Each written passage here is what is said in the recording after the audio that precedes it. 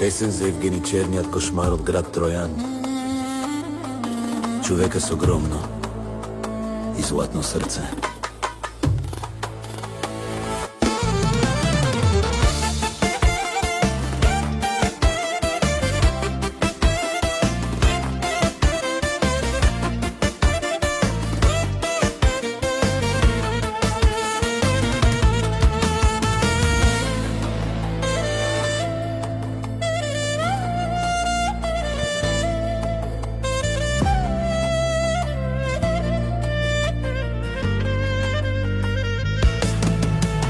Работех аз докато другите пиеха и в кръчмите по цяла нощ се криеха.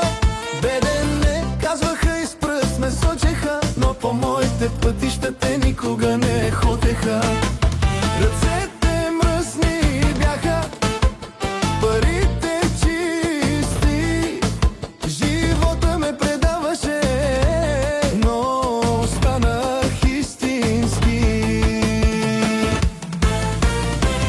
За мене пак я кажете, че мръсни са ми ръцете, но езика от яд си глътнахте. Евгений от Троян, името ми запомнете, черният кошмар, пред голямото ми сърце се поклонете. Винаги ръка подавах, без да искам нищо, на всеки помагах, макар да нямах нищо.